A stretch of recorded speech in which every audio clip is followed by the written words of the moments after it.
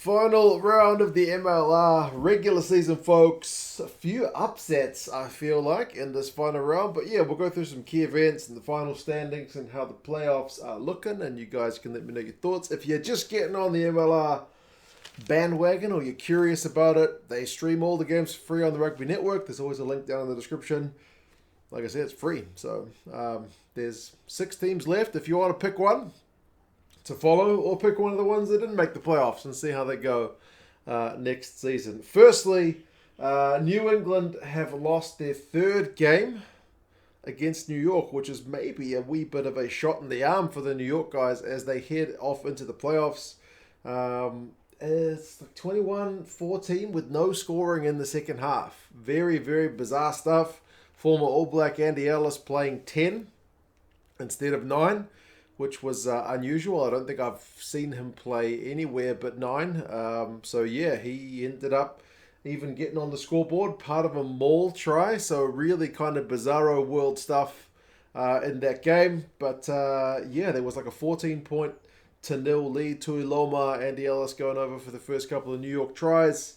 Balakana did get one back for New England, and then New York with another maul, 21-7, and then Bundabank set up Peter for the last one to make it 21-14 at halftime, and there's not much going on in the second other than a couple of yellow cards. Bodie and Waka and Andy Ellis, the 2 Kiwis, getting into a little bit of a scrap off the ball.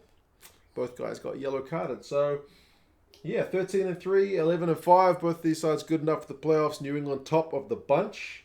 That is legit the best record in the MLR. AG not far behind with 12-4.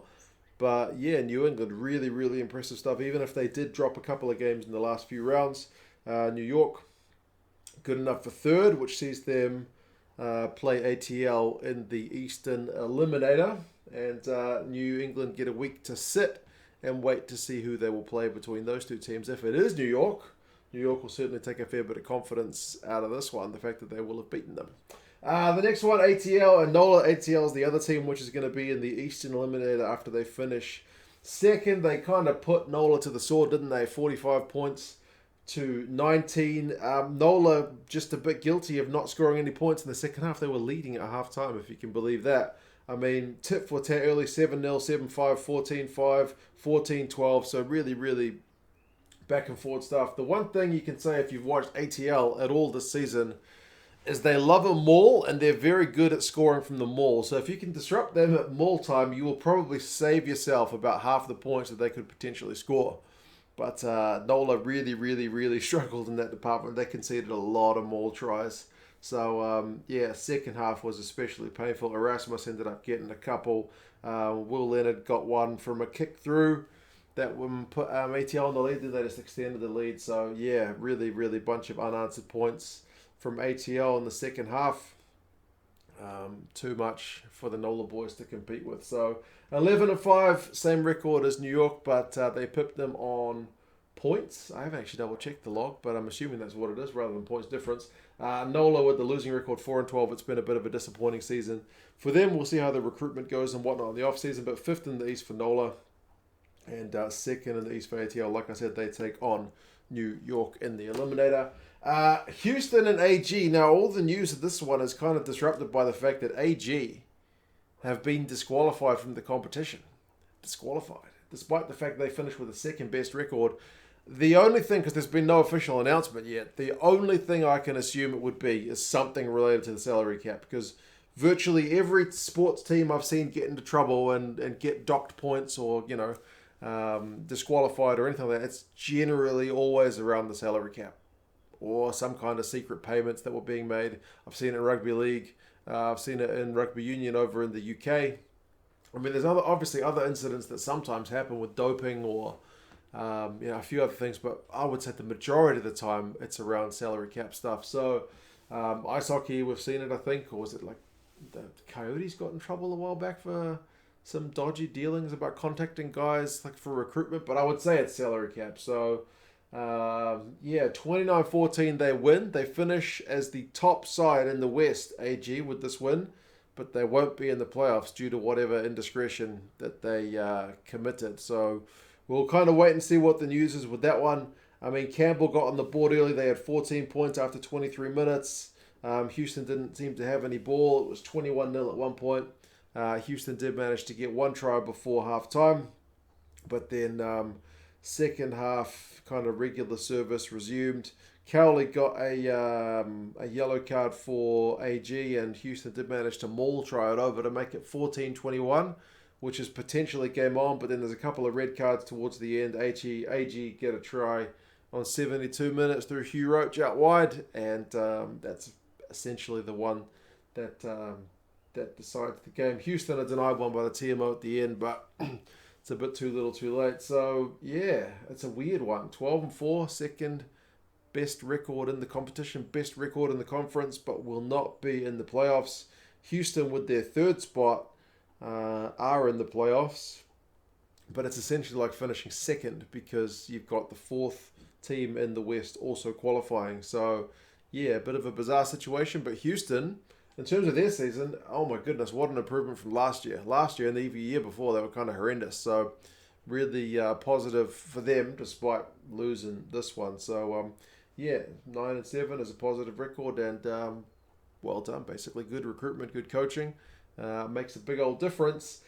Right, laptop battery just died, so let's try that one again from Dallas in Utah. 33 points to 5. Dallas go through this season without managing to pick up a win, which is kind of unfortunate. You don't want to see a team go none from 16, but they only just managed to kind of get into the league this year, so that's a step in the right direction. I've said it multiple times.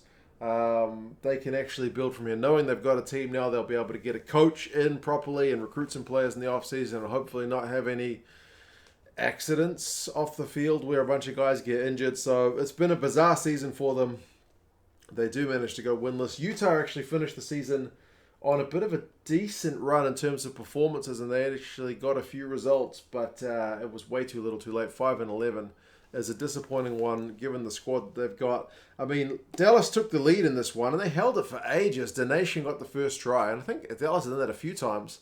They've ended up getting pretty well beaten in games, but there's been times when they've scored first and hung on to a narrow lead for a while. It was half an hour in this case, but Utah struck before halftime, so it's a 7-5 lead. Christensen, the halfback, ends up getting 3 tries. Lasike sets him up with one, which is a pretty direct run and a nice offload.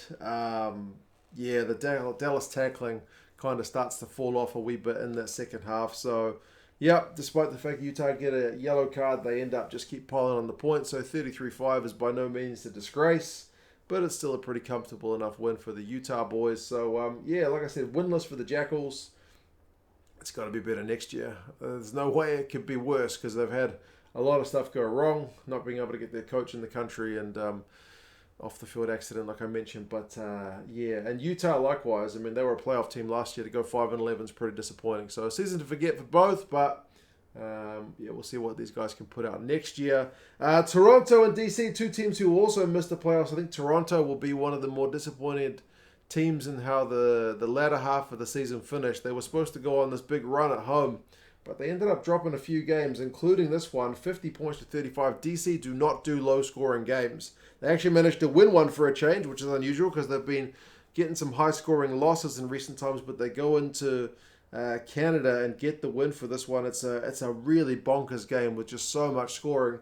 It's pretty much tit for tat until, I don't know, like late in the second half when DC actually managed to get like 3 tries in a row. But up until that point, it's kind of been you get one, I get one.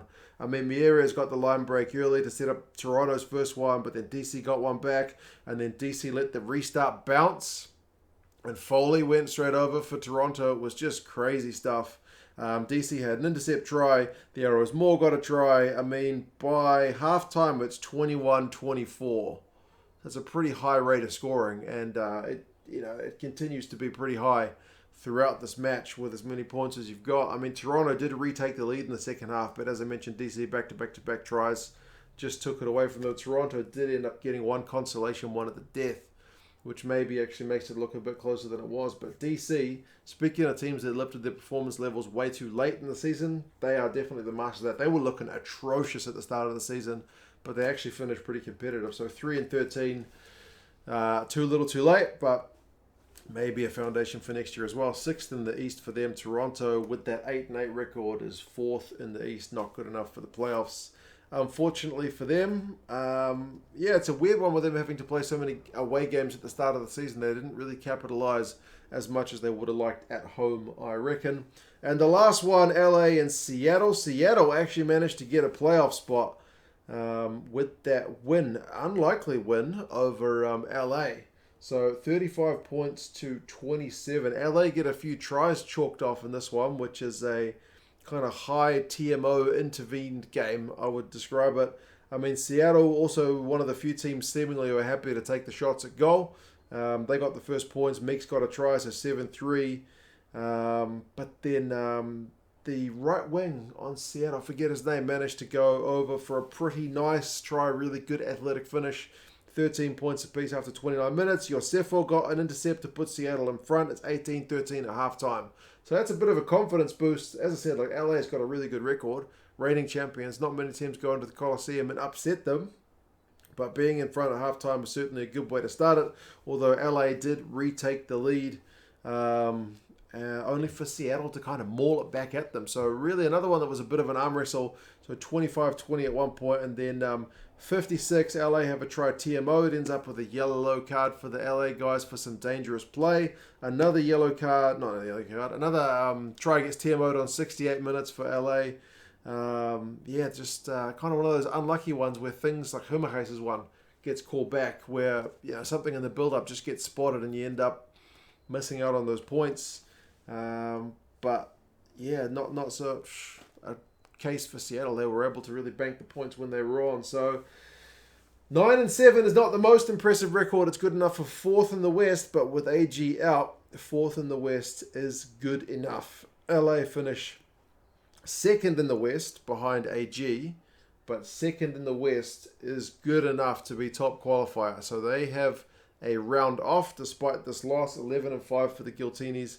Houston and Seattle will play each other in that Western Conference eliminator to find out who gets to play the Giltinis. So, it's a weird one, the way to end the season, but in the regular season anyway. But anyway, it has been a pretty entertaining MLR regular season, I will say. There's been teams with their ups and downs. New England looked at one point like they were never going to get beaten. AG at one point had the same kind of record. They were just starting to find their feet.